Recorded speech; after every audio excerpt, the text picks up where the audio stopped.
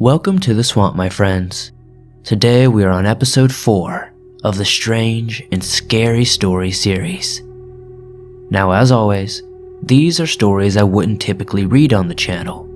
These aren't cryptid stories or paranormal really, they're just normal, everyday scary stories. If you have a story you would like to share, be sure to submit it at swampdweller.net or the email you can find in the description down below. I'd love to share your story with everyone here in the swamp. It's stories like yours to help keep this channel going. Joining me today reading story number 2 is my friend Somber Reads. If you enjoy their voice, please be sure to check them out after the video is done. The link to their channel is in the description down below. Now, without any further hesitation, let's get into these creepy, strange, and honestly, downright scary stories.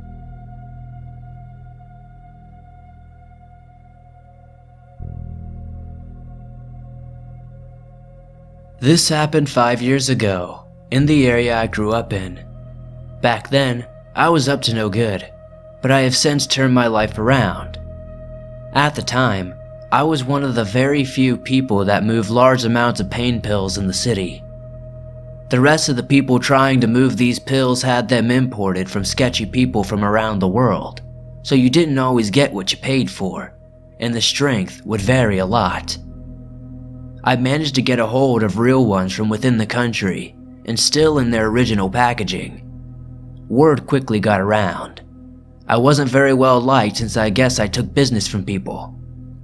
This incident happened on a hot summer day, and I decided to go out to the park to relax. Where I lived, there was a main road with apartments on both sides. In front of my complex, there was a parking lot. To the right of the parking lot was another set of apartments with trees separating that complex from another. I was walking in the wooded area between the two complexes as a shortcut to get to the park, so I'm just walking, minding my own business, when I start hearing what sounds like gunshots. They sounded really close, so I hid behind a huge tree. I didn't really know what was going on, but looking around I could see the foliage around me move with each gunshot. In retrospect, I guess it's pretty obvious, but hindsight is 20/20 or whatever. Anyway, I waited for silence, and then I peeked behind the tree to see what was going on. I managed to get a quick peek of a guy holding a gun, leaning back into his apartment. Change of plans here. I ended up running back to my block as fast as I could, where I then slowed down. Pretty bummed at this point. I really wanted to go to the park. Anyway, at this point, I'm not sure where to go. Home might have been a good idea, but before I was able to give it much more thought, I saw 2 guys appear behind me. Feeling a bit uneasy, understandable perhaps, I keep my eyes on these guys and just keep walking. I act like I know where I'm going. It was weird. They didn't really talk to each other, and they kind of split up on the walking path, still heading towards me. This is when I start to realize that something definitely isn't right here, and I up my walking pace to test it out. That's when one of them reached for something in his pocket or waistline. I couldn't really tell because I just took off again. I still didn't know where I should go at all, but I ended up deciding to go to my childhood friend's apartment, which was on the other end of this area. Oh, and her apartment complex has a code, which she usually kept me up to date with since we hang out a lot. Back then, I'm not sure if it's still like this, but the code changed every few months or so. Anyway, I finally make it to her apartment and punch in the code. Wrong code. I try again. Wrong code again. So now I'm panicking because I can't see these guys anymore and I can't get into the stupid building. I called her phone and luckily she was home and buzzed me in. I ran up the stairs and explained the situation when I got inside. We played cards and just hung out till the evening. She offered to walk me home but I declined. I just felt it a bit unnecessary to put her at possible risk. I ended up getting home safely. A couple of weeks before this, 2 people had picked me up and tried to carry me into a car while I was on my way to pick up some food. I have a feeling that they are the same people, but I couldn't really see the shooters' faces very well, probably from some sort of adrenaline, so I guess I'll never really know.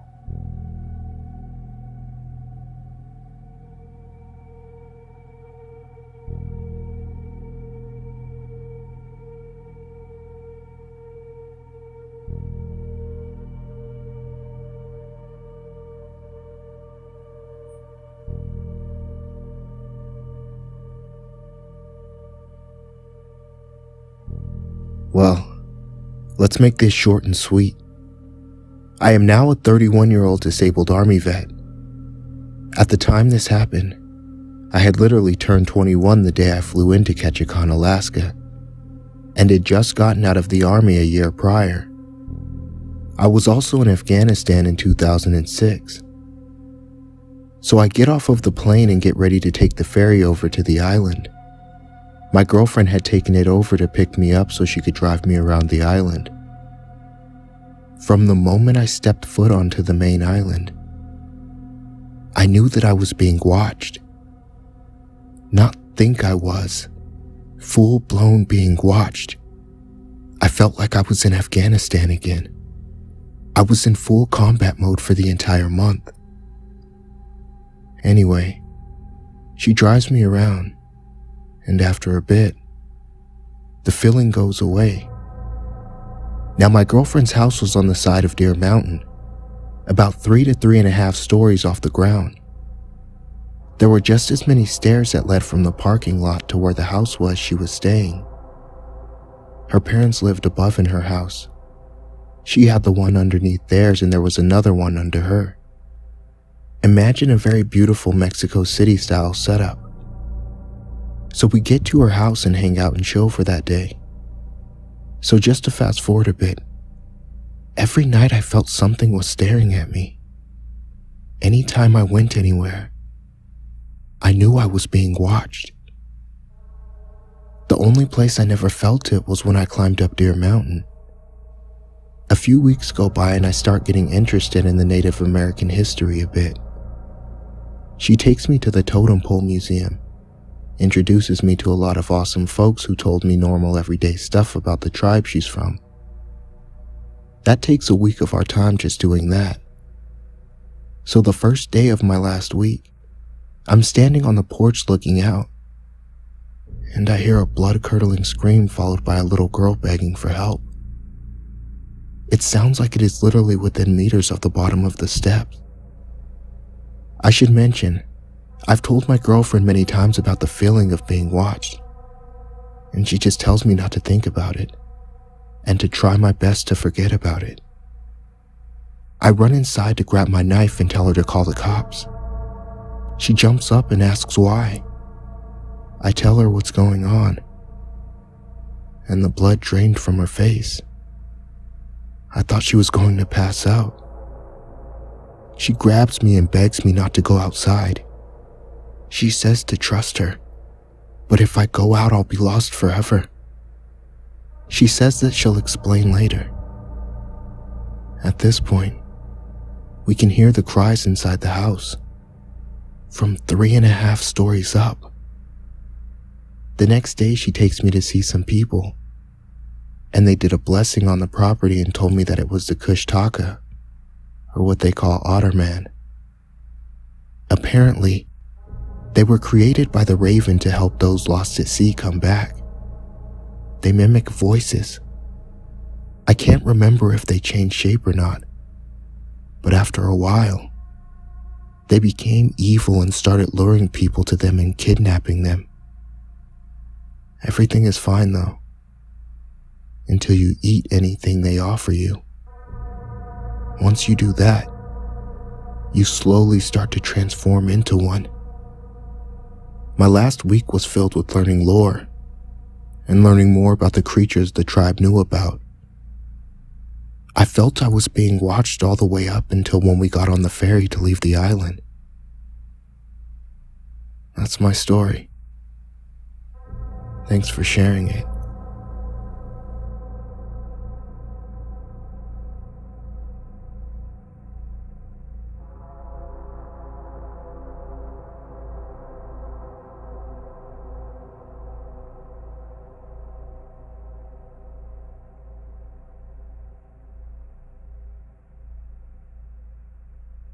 Back in 2004, I went on a trip with 2 of my best friends to Maine. One of my best friends is from there and wanted to visit his home as well as, just see some nice sights. At the time, we were all living in Southern California, so we had taken a flight there and planned on driving back across the country at the end of our planned 2 weeks in Maine. The days of Maine came and went, a story for another time. And the three of us were getting ready for the final part of the trip. The 3+ day road trip from Maine to Southern California. This story is about what happened on the second night of the road trip. We had been traveling in my friend's beat-up old Volkswagen bus, a literal hippie van, non-stop at 60 miles per hour tops. Against all odds and warnings from mechanics who laughed when we told them we were driving to California in it, the old VW bus suffered a complete electrical blowout at 1 a.m. on a busy truck-ridden freeway outside of Springfield, Missouri. I was driving the moment it happened. Smoke poured out of the radio, and the headlights turned twice as bright for about 30 seconds before fading and flickering to nothing, along with all the rest of the lights inside. The engine stopped and I had to pull over as far as I could so that the massive trucks barreling down the freeway didn't clip us. The VW was completely dead and unresponsive. Great. Stranded in the middle of nowhere in the south at an ungodly hour. This was 2004, and our phones were old and service was bad out there, so my buddy elected to grab a skateboard and see if anyone or anything was nearby. Meanwhile, my other friend and I tried calling AAA for a tow truck to take us to a mechanic in town. We got a hold of a man who said he can get us and keep our hazards on. My brother, who skated away, came back at this point. He said he found an eerie-looking junkyard but was too far and too afraid to approach it by himself, so he came back. We told him a tow truck was coming. As we waited, we could feel the fatigue of driving non-stop for 2 days settling in our eyes and bones. But we knew we couldn't sleep. We needed to wait for the tow truck, and to get the hell off this freeway first. Finally, the tow truck arrived. At first it struck me as odd. I had a AAA send trucks out before and none of them ever looked remotely like this one pulling up to our broken, blown down minivan. Finally, the tow truck arrived. At first it struck me as odd. I had AAA send trucks out before, and none of them looked remotely like the one pulling up to our broken down hippie van. The other trucks were in uniform or in some sort of color scheme and had the recognizable logos and top-of-the-line towing equipment. Really professional-looking trucks.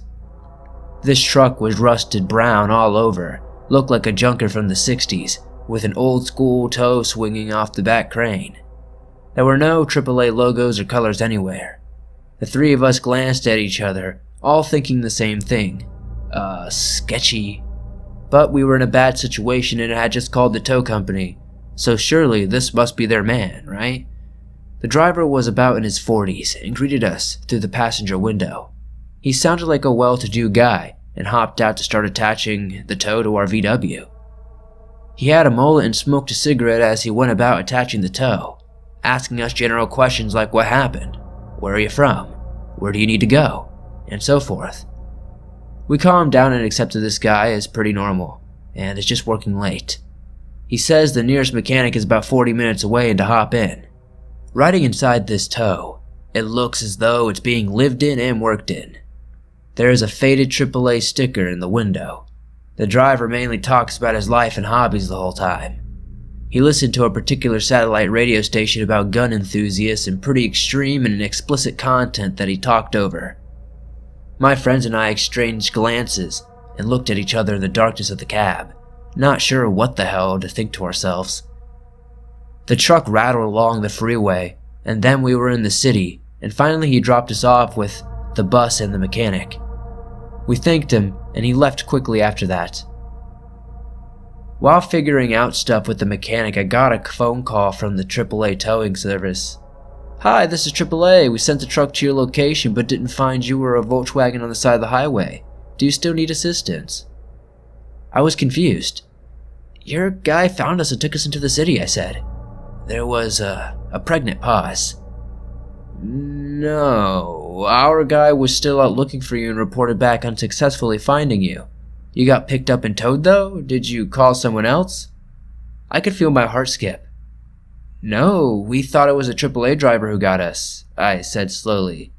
No, that wasn't us. If you didn't call someone else for a tow, then I don't know who picked you guys up.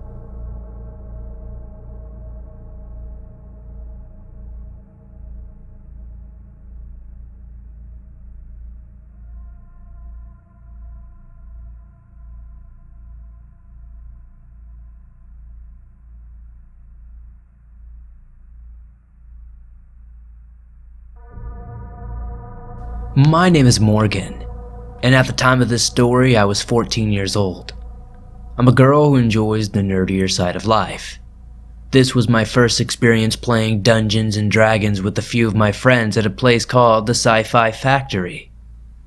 This is a public place, and to be honest, the place is worse for wear.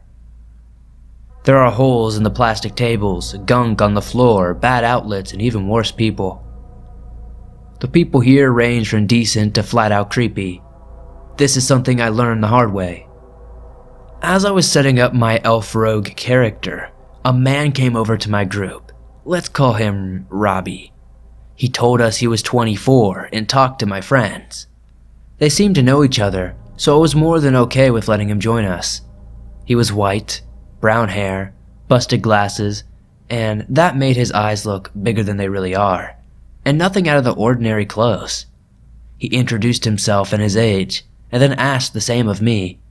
I told him I was Morgan, and I was 14.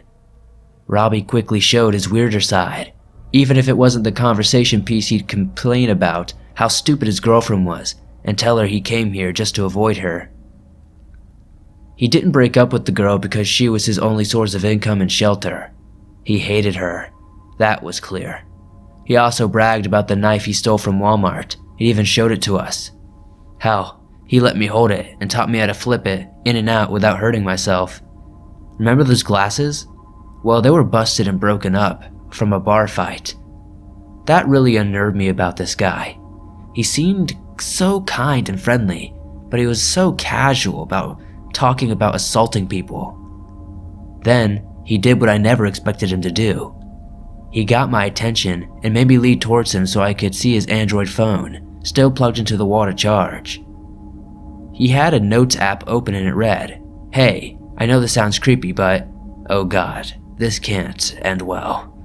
I think we should totally date." There was a whole paragraph or more written, but I didn't need to see what he thought of me. I was already creeped out, honestly. He expected some sort of response, so I gave him one. "Oh no, I'm not really interested in a relationship." "Oh, that's cool. Still friends?" "Yeah, sure." What was I supposed to say? Not to the guy that's been in a bar fight and has a knife on him. Neither of my friends heard our conversation, so I was stuck next to Robbie for the next hour until our session was over. During that time, I offered Robbie some gummy worms. They weren't my favorite thing in the world, but the Dollar Tree nearby has good prices. He laughed and said to me, "Food is the way to the man's heart. Are you trying to seduce me right now?" No. You could say it's a joke and doesn't have any deeper meaning than that, but coming from a man 10 years older than me who had just asked me out, I wasn't really laughing at it. When I left the store after the session had ended, I told my friends what had happened. They believed me and told me he was kind of a weird guy. I have been back to that store and ran into him once again. He was with a group of friends and a girl I recognized. He kept on asking me to come on over and I insisted no. My friends who I was with already knew the story and I was admittedly nervous. Even as we were leaving, he tried to get me to come over. But after that, I've never seen him again. I later learned that it's because he was arrested for assault and vandalizing school property. Funny thing is, he doesn't even go to any school.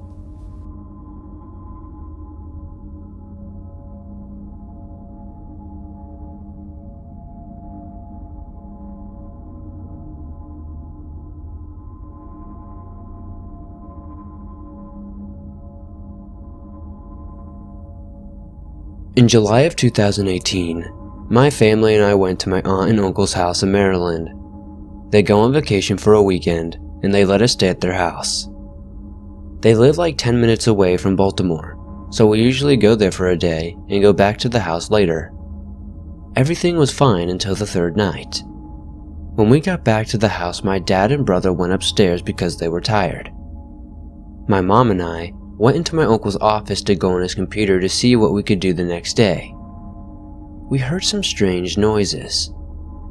My mom just assumed they were house noises, but the noises seemed a bit heavy to be house noises.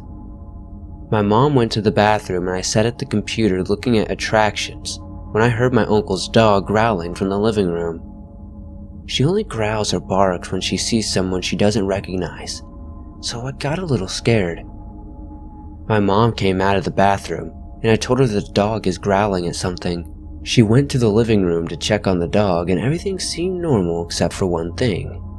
The lamp was on, but the thing about that is I remember seeing it unplugged entirely. The lamp is also in the corner behind the giant couch, and the cord has a switch on it to turn it on or off, but the switch was closer to the floor. It would take a lot of effort to plug it in and turn it on. She assumed it was me and turned it off, but I kept telling her I didn't turn it on at all. I decided to go to bed, which I kind of regret doing. I fell asleep pretty fast, but I woke up at 3 in the morning to a strange sound. I just kept hearing a squeaky mattress noise over and over again. I knew it wasn't my parents because I heard my dad snoring, and I knew my brother wasn't making that noise because I heard him snoring as well. All of our bedroom doors were open, so it was pretty easy to hear, but I was the only one hearing it. I started hearing the dog growling viciously from the living room. I was covered in my sweat, and my fear was rising. I then heard footsteps coming from the attic right above my room. I was wide awake at that point, and was gonna wake up my parents, but since I was so scared, I didn't want to move. Eventually, all the noises stopped, but the dog was still viciously growling at something or even someone. She stopped growling after about 5 minutes. Everything was seemingly fine after that, but I had no interest in falling back asleep, and didn't get out of bed until I saw my brother get out of bed at sunrise. I asked him if he heard anything at all at 3 in the morning, but he said no. I also asked my parents if they heard anything, and they also said no.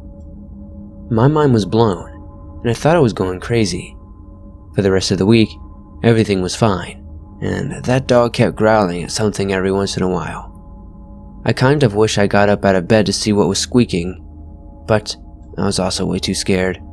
I also wish I got up to see what the dog was growling at, but no way in hell was I going to go up into that attic. I don't know if I was just hallucinating, witnessing paranormal activity, or what, but I definitely don't know, and it definitely was not a dream.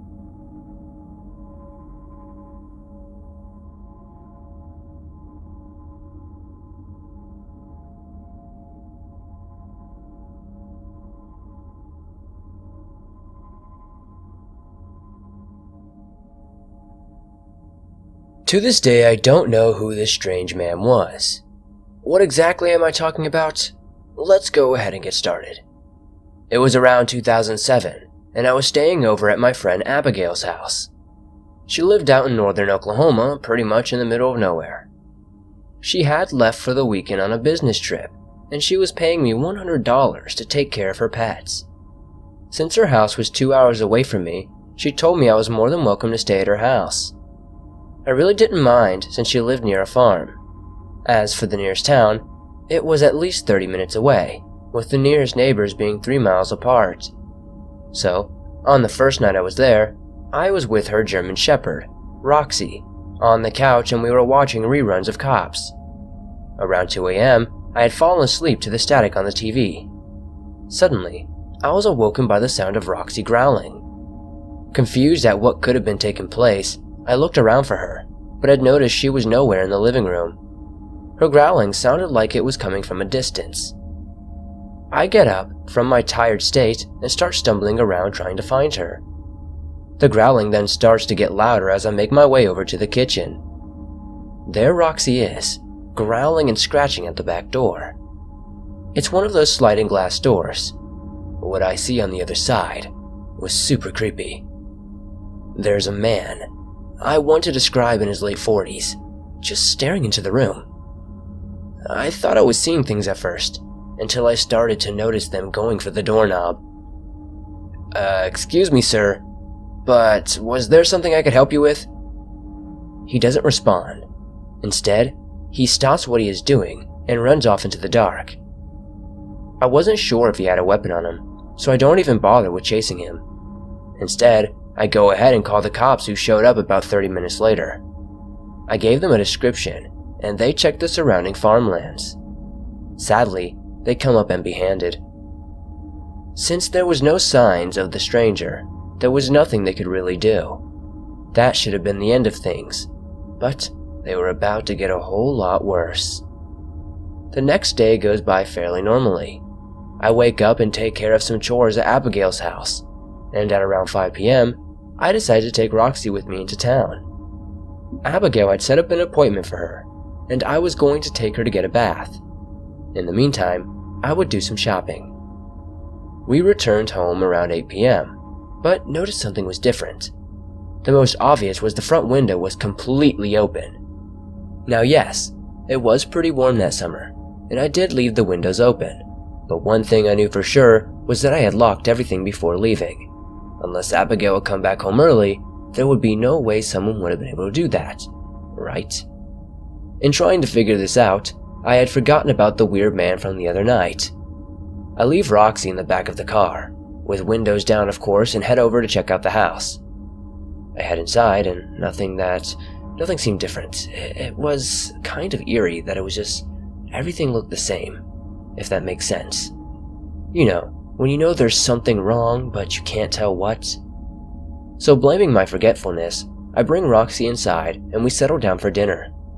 At this point I had called Abigail and told her about what happened the other night. She goes on to say that she had a similar experience a year ago. She said someone had been following her and had tried to break into her house. However, he was never caught. Could it have been that this creeper had waited a whole year to make his move? I wasn't sure, but later on that evening, something took place. Around 2 a.m. I ended up waking up to use the restroom.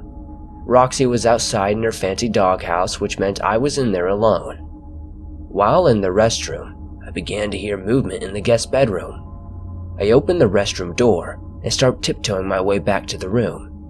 I peeked through the opening of the door, and what I saw was one of the creepiest sights of my life. Someone with a ski mask was holding an axe staring at the bed. I now watched as he began taking swings at it. My best guess was he thought I was in the bed, but the question was, where did he come from? I looked to the corner and noticed the closet was open. I started to connect everything. The window was open because he had snuck in. He then waited in the closet until I fell asleep. He must have fallen asleep too and not realized. That's when he snapped out from his sleep and decided to try to kill me. I'm just assuming at this point though. Anyways, scared for my life, I ran out of the house as quietly as I could and called the police. While waiting, I watched from a distance as he walked into the field behind Abigail's house. I see the headlights of a minivan turn on, then he drives off, never to be seen again. Officers do a search of the area and they look more into it, but nothing ever came of it. I don't know who that man was, but something tells me he had planned for this for a long time.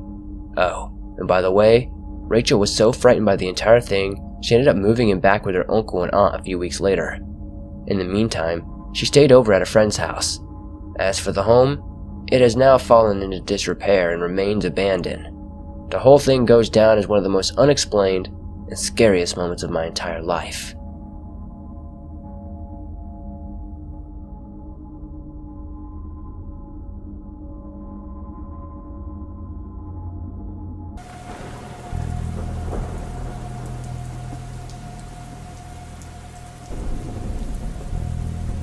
So this is another true story that I have to share with you. This didn't happen to me personally, but it happened to one of my dad's best friends from work. So my dad's friend had a long-time friend that he grew up with in high school. Sadly, his friend had a son that was a knucklehead, to say the least. And after his friend gave him chance after chance, he decided to kick his son, who was in his early 20s, out of the house. My dad's friend had been seeing his friend's son roaming around, jumping from one place to another, with really no permanent place to stay. After a while, his friend's son came to his house and asked if he could stay for a little while. My dad's friend knew his friend's son was a knucklehead, but because he regarded him almost as a nephew, he decided to help him out and let him stay for a while. For a good 3 days, my dad's friend could go to work, leaving his friend's son to the comfort of his home. But after 3 days, his friend's son just up and left randomly. My dad's friend guessing that perhaps his friend's son just moved on and didn't think much about it. Well, one night he kept getting woken up by his 3 pit bulls barking like crazy for the majority of the night. He just tried to ignore them. After a while though, they kept barking, so finally he got up to tell them to shut up when he realized his window was open. My dad's friend then went to his bedside drawer to grab his gun when he realized it was nowhere to be found. He then stormed downstairs to find his dogs, found his friend's son in possession of his gun, and what ended up happening is this. The whole time while my dad's friend was going to work, his friend's son was planning a robbery and was scouting out his house. He scouted where he was going to make his entry, where he was going to make his exit, and what valuables he was going to take, and then he was going to leave and come back and do it several days later so my dad's friend wouldn't suspect it to be him. While he was scouting, he found my dad's friend's pistol and he took it to use it against my dad's friend if need be. For some reason, the dude didn't take into consideration my dad's friend's huge dogs. But this story tells us that we better be careful of who we call our friends and family.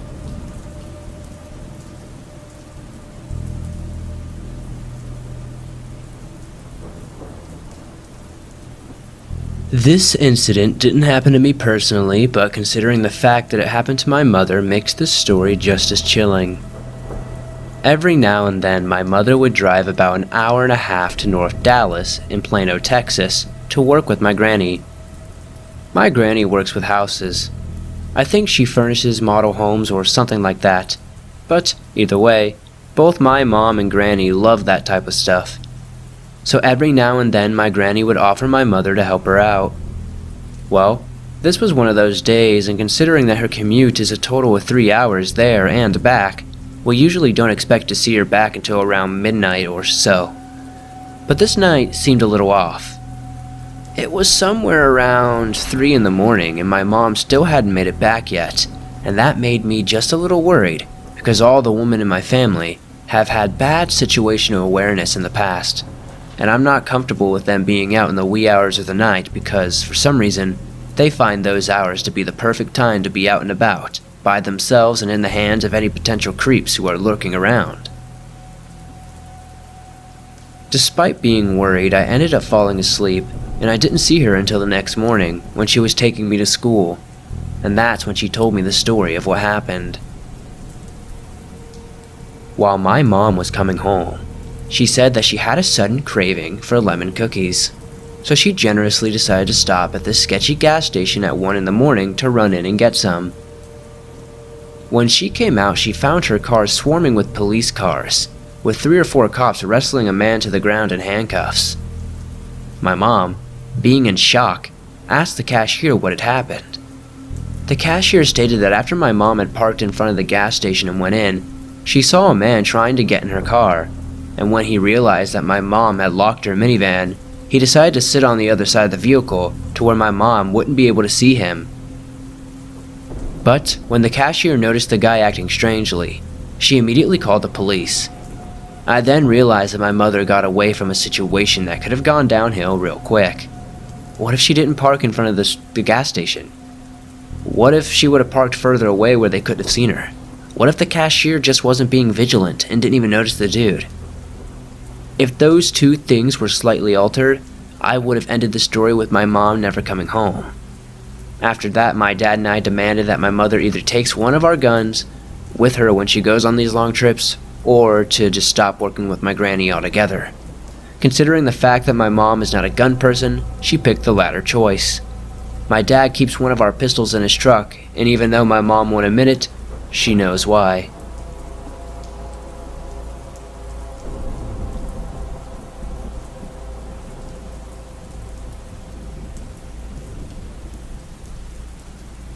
This story takes place in a small town called Leadville, Colorado in 1976. I was 5 years old, and yes, I had to get all the details from my parents as I do not personally remember all the details from my own memory. We had just relocated there from Texas. We needed a place to rent and my parents found a mobile home on the outskirts of town. We would be renting it from an older woman and her adult, albeit creepy son. We quickly got moved in. went and bought groceries, and began our new life. It was not even a full week till we had come home from a day out. My dad was job hunting, and we were also trying to do a little sightseeing, so my mom and I would tag along with him. It was starting to get late, and my mom noticed that the lock to the front door was not locked. She was always vigilant about locking doors, never leaving windows open, etc. It was not like her to accidentally not lock a door. Apparently though, my dad just dismissed this as a mistake on their part, and not that someone had let themselves in. Upon inspection of the trailer, nothing seemed to have been stolen, and everything looked to be in order. My mom began to set about making us dinner. She had poured herself and me a nice glass of orange juice, of which I had yet to take a sip of, because I guess I was distracted by something else. She then poured out some milk as well, maybe to mash the potatoes with. She was unsure, but when she poured the milk it looked curdled and not right. This whole time, she had been drinking her juice, and that is when she noticed some sort of dizzy and, not feeling well kind of feeling. She then grabbed the glass she poured me and tossed it into the sink. She yelled to my dad that something was wrong and she felt bad and they should go to the hospital quickly. We got in our van and drove off. I do very vaguely remember her, seeming to sort of fade in and out of consciousness.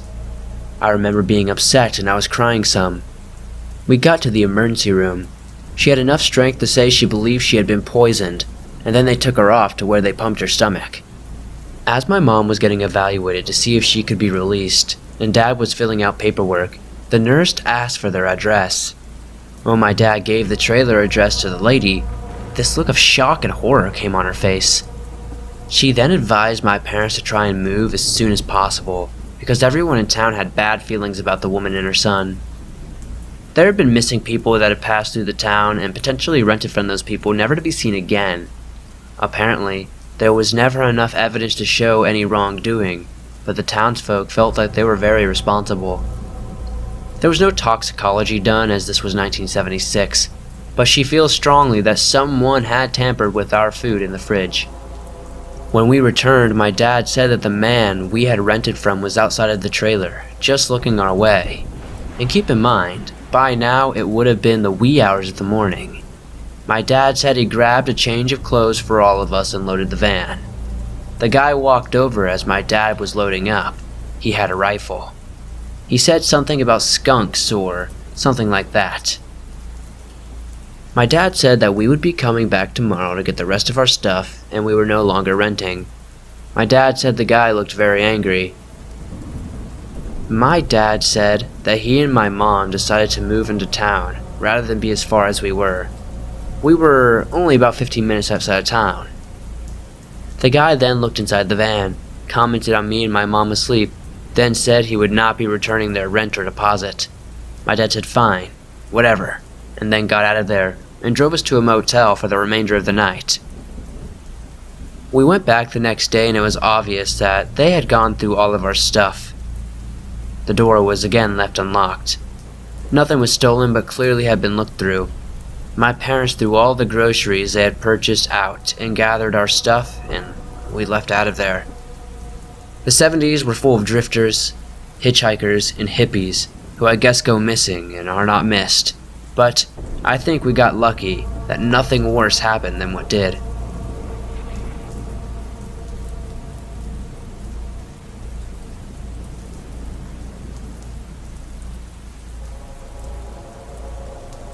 Well, I'm not sure if this story is scary, although it happened to my father when I was around 8 years old. I'm 40 now and my dad is no longer with us, unfortunately. Growing up, we had to move a lot due to the fact that my dad worked construction and had to follow work. Well, one job took us to Arkansas City, where the only place we could find to rent was in the middle of the sticks where my 4 brothers and I played on acres upon acres of woods. My dad was always up between 3 to 3:30 a.m. After about a month of moving into the house, my dad got up and went downstairs to make his morning coffee. Now, remember this is taking place around 3 a.m. Well, as my dad's head turns towards the kitchen, he told us he heard some movement. He continued into the kitchen and then lets out a blood-curdling scream. My dad wasn't the kind of guy to spook easy. Well, his scream wakes up everyone in the house. Freaking out, we all run downstairs to see what the heck is going on. My dad is standing there as white as a ghost. In front of him on the floor was one of my mom's nightgowns. My mother and all 5 of us boys were trying to figure out what scared the man that we thought would never get so scared. After we get him calmed down, he tells us what he had seen. Now, I kid you not, you will laugh. I know I did, but my dad swears to us when he walked into the kitchen he had seen a cow in my mom's nightgown. Yes, you read that correctly. Well, a week later we found out that the house we moved into had actually been an old slaughterhouse. Yes, as I got older, my dad got hell about this ghostly encounter, but we couldn't lie. It did kind of make sense, and I don't think my dad would have ever made that up. I figured I'd get my dad's story out there, and thank you for your time.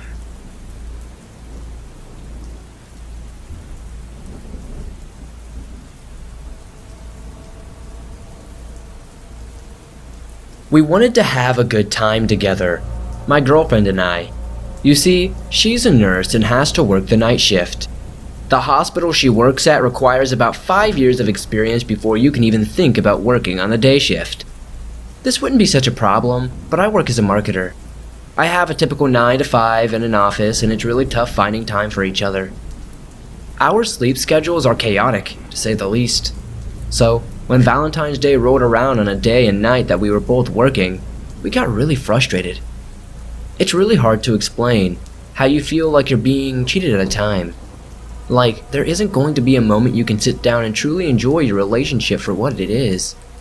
But we decided that we weren't going to let our lame schedules get the best of us. We decided that we'd visit a city for a weekend, away. Valentine's Day fell on a Thursday, but we figured having a little trip that weekend would be the next best thing, maybe even better. She's been really adamant about visiting Oak Ridge in Tennessee. Her grandfather worked there back in the day, and it's always been an interest of her. She's always telling me these facts about how creepy it is and how she just has to go one day. It's roughly an 8-hour drive from where we live, so we made a deal about driving. I was going to drive the entire way there, and she was going to drive while we were actually in the city. She totally got a good deal of the bargain, but that's just what you do when you care for your girlfriend. But something strange happened, something that has tainted my memory ever since then. When I think back and remember that weekend away, I'm not thinking about us cuddling up on the couch or any of the fun places we got to visit there either. We got there Friday night. She mostly slept in the car, but still felt really tired. She told me she'd be able to sleep at night once we got there, and be awake and be normal for the next day. So that's just what we did, and it was a really good day. We got to visit a museum and learn all about the Manhattan Project. Even got to visit a plant where her grandfather used to work. At least, we're pretty sure it's the one he worked at. He's deceased now, so no real way of telling.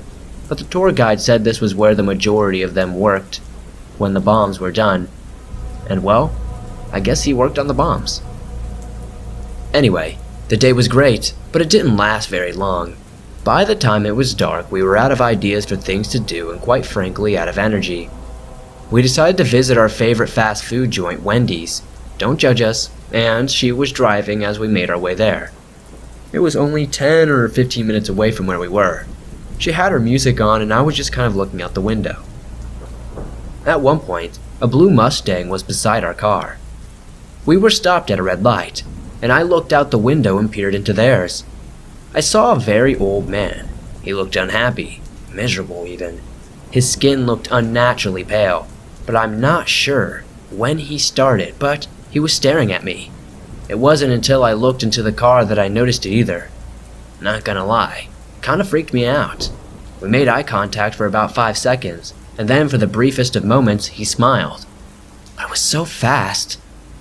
It must have been a split second that his mouth went into a smile and then back into a frown. It was the strangest thing I've ever seen. I looked over at my girlfriend, and she hadn't noticed at all. She was jamming out to Bohemian Rhapsody. The light turned green and we were in motion again. I didn't take my eyes off that car for the rest of the ride, at least until they turned. That's not the craziest part. You see, it gets even weirder. We were planning on leaving Monday morning, and on Sunday night, we went out to eat, but this time to an actual restaurant. We weren't feeling fast food again. We looked on Google and found a local restaurant that had pretty decent reviews. I had my favorite food, deep fried chicken, so off we went. I had completely forgotten about that strange man I saw in that car, but about halfway through my meal, I noticed him again. This time, though, he was in the restaurant. He was staring at me. I know he was. And when I noticed, he did the same exact facial movement. Just the way I remembered. He went from a miserable frown to a split-second smile. And then he was back to frowning in just an instant. I'm not entirely sure my reaction was warranted. He hadn't actually done anything wrong to me, and I was enjoying a nice meal with my girlfriend. This is why it was so strange for my fight or flight instinct to kick in. I went up and confronted him. He was sitting at a booth alone. I asked him why he was looking at me. To my absolute surprise, he never said a word. Just sat there and frowned at me. I asked him what his problem was before my girlfriend told me it was time, and we headed home. She knows I can get a little worked up and wanted to avoid some sort of confrontation. It's not illegal to look at people, she said. Still though, it was something about that man that made me feel so strange, so watched. Well, Monday morning came. We were about an hour into the car ride, and she was asleep again. And you guessed it, you totally guessed it, I saw this freaky old man again. But this time it was way worse. For starters, he was driving a totally different car. I don't know what this guy's life is like, but I can just imagine what you have to do to be able to afford a Mustang and still have enough money to have a second car.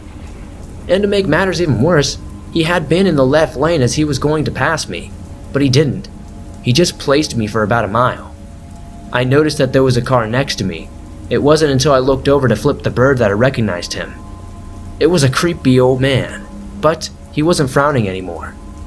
That smile that he'd been able to muster for a split second was now permanently stained on his aged face. It was the most terrifying thing I've ever seen in my life. Suddenly he turns his head forward and aggressively veers his car in my direction.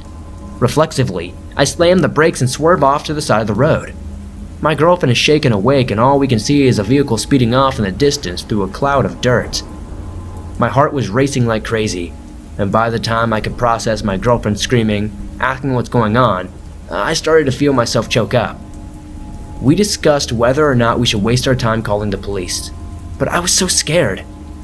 The best possible course of action seemed to be just to get the hell out of that godforsaken town as fast as possible. The rest of the ride home happened without incident, and I haven't seen him since. Needless to say, that was the least romantic and most insane Valentine's Day I have ever had.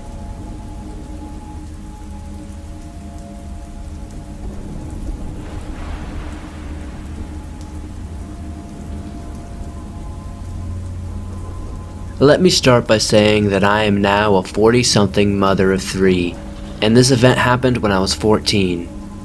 I grew up in the suburbs of Columbus, Ohio, but when it came time to start high school, rather than going to a nice school in walking distance, I was bused to West High School, in a less than safe part of Columbus. Anyone from this area will know that it is slightly not great. One day in my 14-year-old wisdom, I decided I wasn't having it, and decided to cut the rest of the day and walk home. Yeah, a really smart choice. Everything was going well, and as I was walking through Westgate Park, about halfway home at this point, I started getting a creepy feeling like someone was watching me, and sure enough, I turned to look over my shoulder and 2 rough-looking men go rolling by me in an older white van. They continue past and I think it's creepy, but at least they're leaving, or at least I thought. I continue on my way, and not long after I'm getting a creepy feeling once again, and I look over my shoulder to see the same van further up on the road, and now I only see the driver crawling down the road. I'm getting serious alarm bells now, and looking ahead, I see a yellow cab idling at the end of the sidewalk. and though it felt like it was all happening in slow motion, surely it was only seconds. I decided that the old man in the cab was a slightly less terrifying option and proceeded to take off running faster than I ever have in my short life. As I'm running towards the cab, he rolls his window down and screams at me to run faster, and look over my shoulder to see the van is almost beside me, and the reason I couldn't see the passenger is that he was at the sliding door, leaning out. I gave my feet wings and make it to the cab. The cab driver asks me my address and takes me home free of charge and tells me to make better choices. What I never understood is why a yellow cab was sitting there at 10 a.m. in a place where frankly I'd never seen one before, and never after again. Had he not been there, I'm not sure I would be here today.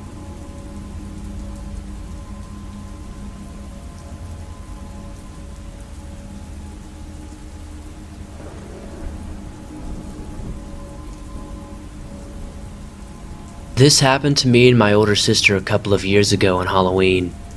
I was probably 15 and she was 18, but she was a lot smaller than me, so we both looked 12. We were trick-or-treating with my dad in a nicer area, or so we thought. He told us he had to run to the car that was about a block or so over, and that we should meet him there when we finished hitting the houses on the street. So, he left and we continued getting candy. It was getting closer to the end of the night, and there were barely any more kids out at this point, so we started to head back to the car, which was like 2 blocks away, so it was not a far walk. We ended up on a street with almost nobody on it, and were chatting about how dark and scary it was, when I noticed 2 guys, one in a ghillie suit and one in a black skeleton costume. They were following us only a couple of yards back. I told her, and she looked and grabbed onto me tight. At first, we were just kinda creeped out and awkwardly laughing it off and joking. They started to walk closer, and were breathing heavily, and started to gain on us, but we didn't take it completely seriously. Not until our dad came stomping up from behind them, and they both ran in opposite directions, darting into people's backyards and running away into the darkness. We don't know what those guys were planning, but it was not fun or games. They definitely had sinister intentions. I'm so thankful my dad came back to get us. I don't know what would have happened to us otherwise.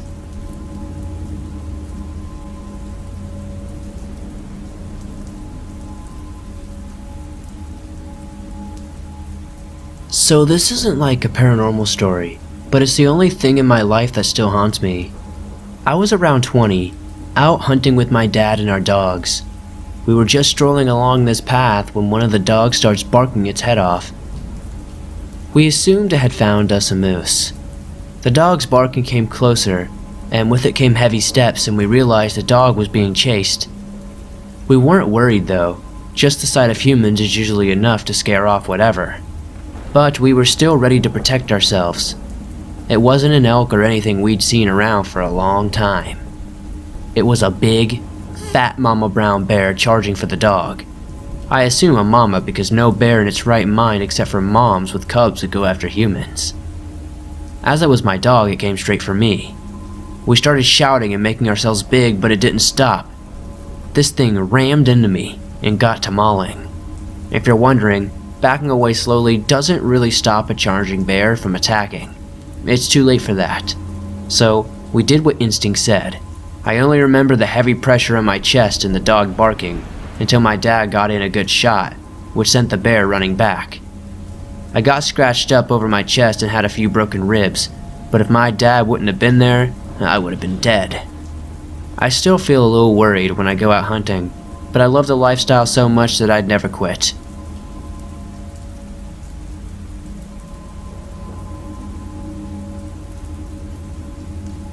First, I should give you some background. I'm a Marine Corps veteran. I got out because of medical reasons. I was also diagnosed with PTSD. I have never been in combat, but I experienced an event in combat training that happened to me while I was sleeping. This event I considered hazing, and it was done to me by my own unit. Since this event, I have had trouble sleeping, staying asleep, and have had terrible nightmares. Okay, so now for what happened. This happened back in 2015, 2 years after I'd gotten out of the military. For a whole month, I had been missing work because of medication for my PTSD had been stopping me. This caused me agonizing anxiety throughout my days and nightmares and flashbacks of what happened to me in combat training. Another thing to note, we always keep the hallway light on and my door is always open so my cats can roam around the house. One night I kept having nightmares of different people breaking into my house. From what I can remember, I had 3 different nightmares of 3 separate individuals breaking into my home. After the 3rd nightmare, I woke up to the dark figure in my 3rd nightmare standing in my doorway. I tried to scream, "Hey, who the heck are you?" But nothing would come out. It was like I was just screaming inside of my own head. This is when I decided to get up and murder this stranger, but that is when I realized that I could not move. My anger quickly became utter fear when I realized that I was completely defenseless and tears started to stream down my face. The figure just stood in the doorway not moving and not saying a thing. When I blinked, the figure disappeared and I was able to move again. I sat up in bed and cried. I didn't sleep for the rest of the night. I got my medication changed as soon as possible after that night. I have since had my PTSD under control again and I am back at work. Even though I still struggle with sleep, I haven't had an episode of sleep paralysis or whatever that was ever since.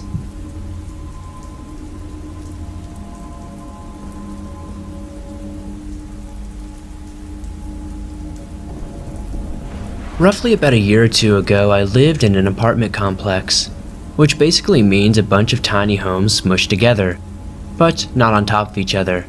Since the way the rent was done, there were some shady people around there. We had a wireless security system, and even caught what was thought to be the creepy maintenance man resetting it. Anyways, this isn't about him.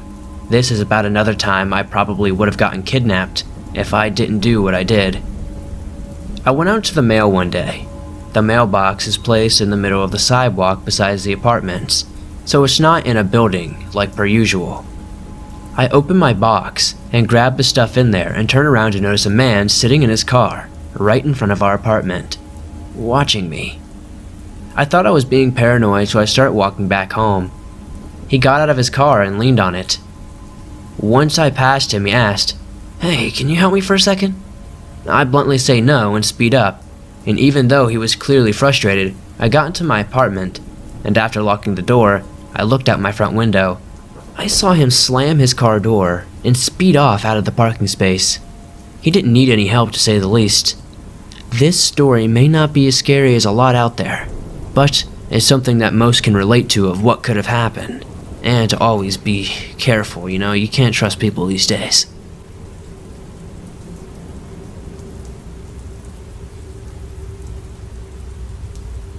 Thanks for listening to these creepy and downright strange stories sent in by viewers just like you. If you enjoyed these stories, please be sure to hit that like button, as it really does help me out a ton. If you're new to the swamp, why not join us, subscribe, and turn on notifications to never miss a new video. I upload them almost every single day, and all things natural and supernatural. If you have a story that you would like to share in a future video, be sure to submit your story at swampdweller.net or the email you can find in the description down below. I would love to share your story with everyone here in the swamp. It's stories like yours that help keep this show going. If you're not aware, you can download your favorite Swamp Dweller scary stories on iTunes, Spotify, Stitcher Radio, and just about everywhere else you listen to podcasts. Thank you guys, as always, for supporting the swamp the way you do.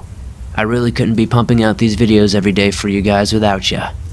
I hope you guys are all being safe during this coronavirus scare, and please be sure to not go out anywhere and to try to isolate yourself as much as possible.